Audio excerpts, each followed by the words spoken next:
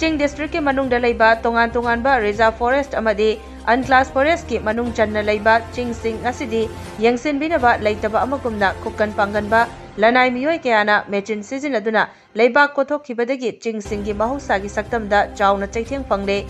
hiram asigi matangda paumi kangbu amana district asigi manung chanba Ching gi maramba Ching Kairak mamang Ching amadi wabagai gi lamlen Chingda koina chatluba matamda hairiba Chingsang sing asigi tongan ba mafam singda miyoi kharana machine sizinaduna Leibak kothokkhibagi mathakta Ching sing asida anoba construction kayasu sajinnaba hotnaramba thengnarakhi hairiba Leibak kothokleba mafam sing asi range office Ching gi office tagi gari tongduna chatpada minute 10 dagi 15 faubagi manungda yauba ngamgadaba mafam singni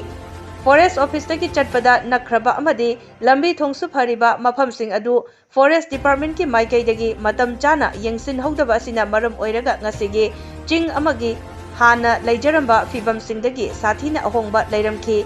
Leibak kothokkiba mafam kharadi nong hek chubaga landslide fauba thokpa yabagi mawongda leihokki